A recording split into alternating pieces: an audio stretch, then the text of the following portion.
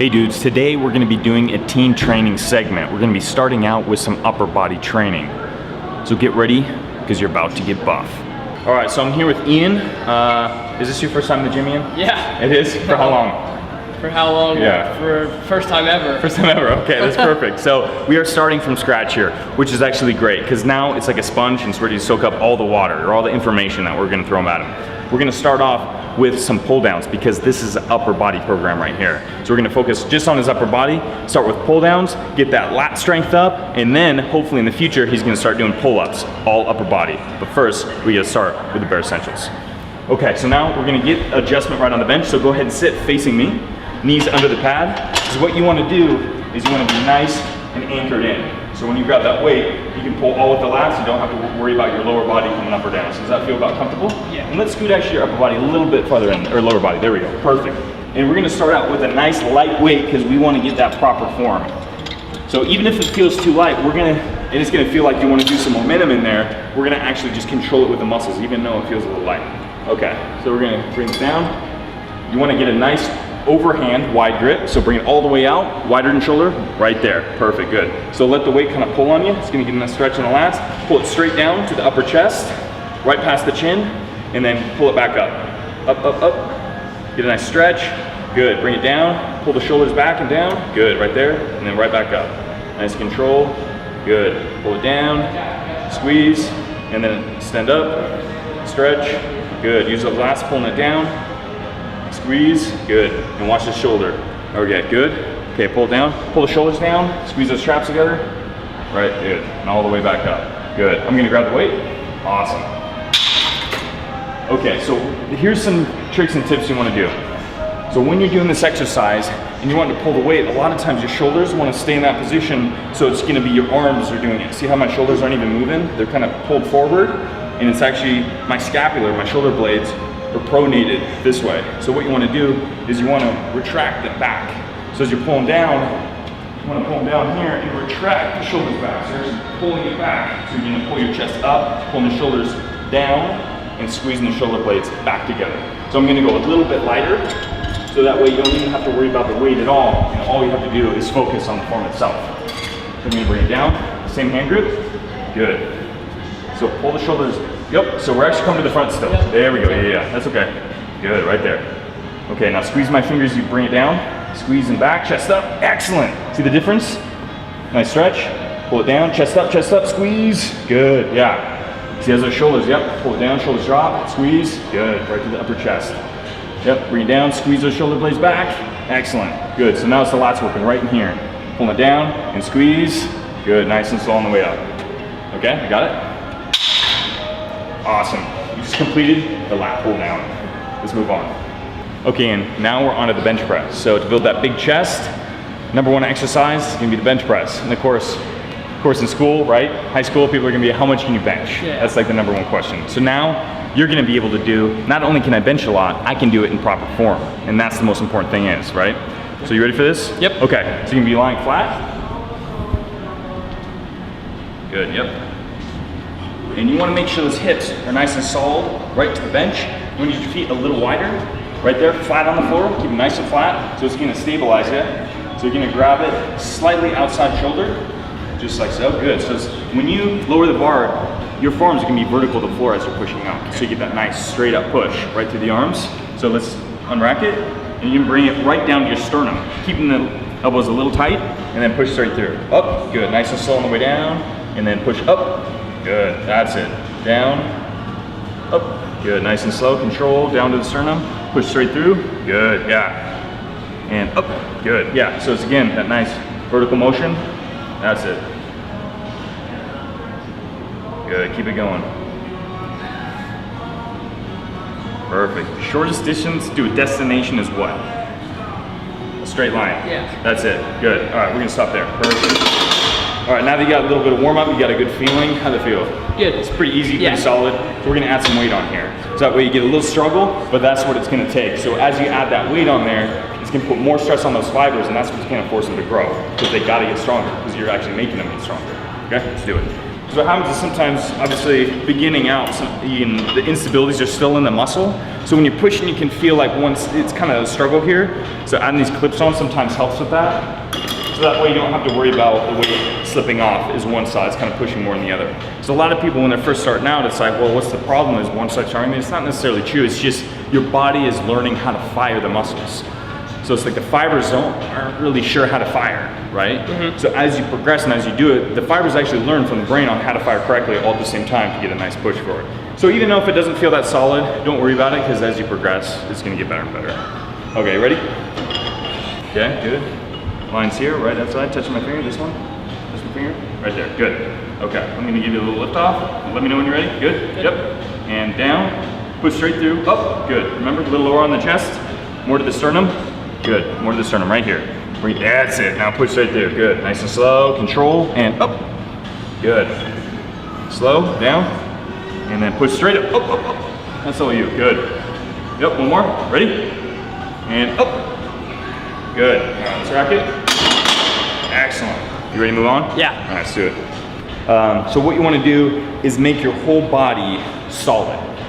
So everything's gonna be locked out. Your knees are gonna be locked out, your hips, and to make it solid, your feet are gonna be slightly wider than shoulder, so that way you get that nice solid base. Because again, your center of gravity is in your core, right? So this is what controls you, helps balance you. That's why they say a strong core is good, because it's gonna help balance you. And it's not only your abs, it's gonna be your back too, your lower back. So as you raise the weight, your center of gravity is raising with it. So when you're up here locking out, you're gonna feel very unbalanced, right? Especially because everything's locked and you can't like bend and go with it. So when your knees are locked, and you're taking the weight right here, about shoulder width, okay? So, yep, right there. So instead of flaring your elbows, keep them tight. Your elbows are gonna be here, because you wanna get, again, that nice vertical push, straight up. So you wanna get that nice, straight up. So there's gonna be no kind of motion and no back and forth, any swinging with that kind. When you push that bar straight up, your head is gonna be in the way, right? So the bar's up under here.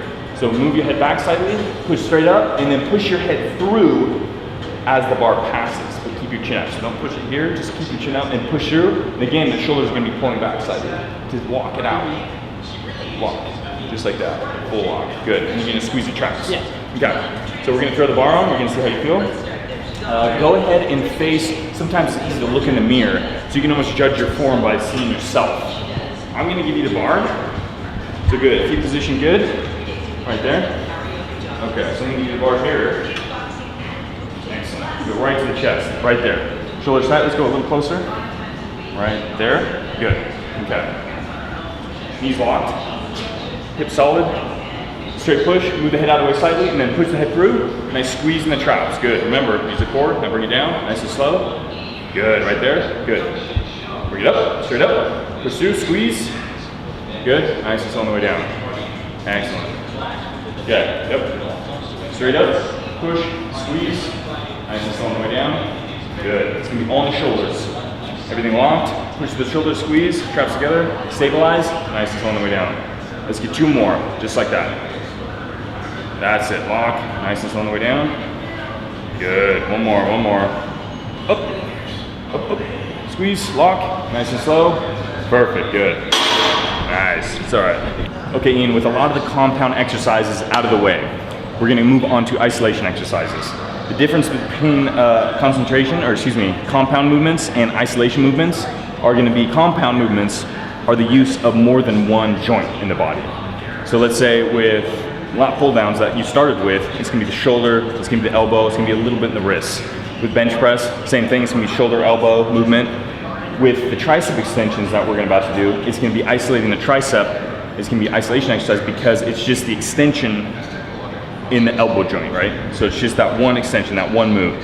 So that's why a lot of people make a mistake of doing the exercise and they're letting that shoulder move upwards. So all of a sudden the elbow rises up and then they push down through there. So what happens is they create that momentum through their shoulder, right? So elbows flare up and then you use those shoulders to push down and then you're extending straight through. So with these ones, you want to keep the elbows the only joint in the muscle moving at that point. So that's isolating that muscle. We're gonna go really light on these. And just to get the motion down, so you're gonna be grabbing kind of closer grip here, overhand, just like that, yep. You're gonna keep in those elbows nice and tight to the body. So that's the only joint movement is the elbow joint. Yeah, ready? So watch that, don't let it pick up. Yep, extend straight down, good. Straight up, yep, nice and slow, control it. Slow, slow, slow, slow, and then right there, stop, and then right back down. Squeeze, good. Slow, right there, extend down and squeeze, good. And that elbow joint is the only joint working in this exercise, meaning it's isolating those triceps. And it's building strength in those. So doing this is actually gonna help build strength in compound exercises like the bench press, because the tricep is the secondary muscle group working that. There we go. Squeeze, nice and slow. Extend down, up. Good, let's get 2 more. Bring it up, good. Keep those elbows tight. And then squeeze, flex. Nice and slow on the way up, and good. Awesome. All right, how'd that feel? Burn right here. Burn, right there. Looks like a horse kicked you. Oh, that's your tricep. All right, let's move on. So we're moving on to the bicep curls. Again, it's an isolation exercise, and it's gonna be just in the elbow joint, just like the tricep. But of course, with the bicep, instead of extending that joint, the elbow joint, it's actually flexing it. So it's the flexion of that joint. It's gonna be, again, straight up, straight down. Keeping the elbows tight, no movement in the shoulder, right up and right down. Good, see that nice little motion here? Excellent, good. Okay, so we're gonna give you the dumbbells here. You're gonna start with 12 pounds, bring it down, just like that, palms up, straighten that out, straighten the elbows. Good, so that's a perfect, nice flex position. So right there, or excuse me, not flex, it's the stretch position. So when your bicep is in that stretch position, it's stretched out, and it's gonna take more effort to pull that weight up to the top position, bending right in the elbow. Okay, so flexing the elbow, pulling up, squeeze, right back down, nice and slow. Slow, let the bicep control it. So again, concentric, flexing, go ahead. Up, and then slow and down. Slow, eccentric. So it's tearing those fibers each way. And full benefit. Nice and slow, good, yeah. Keeping those palms up, perfect. So another big mistake some people make is not going all the way down or extending. There we go, now you get the full stretch. And now you bring it up from there.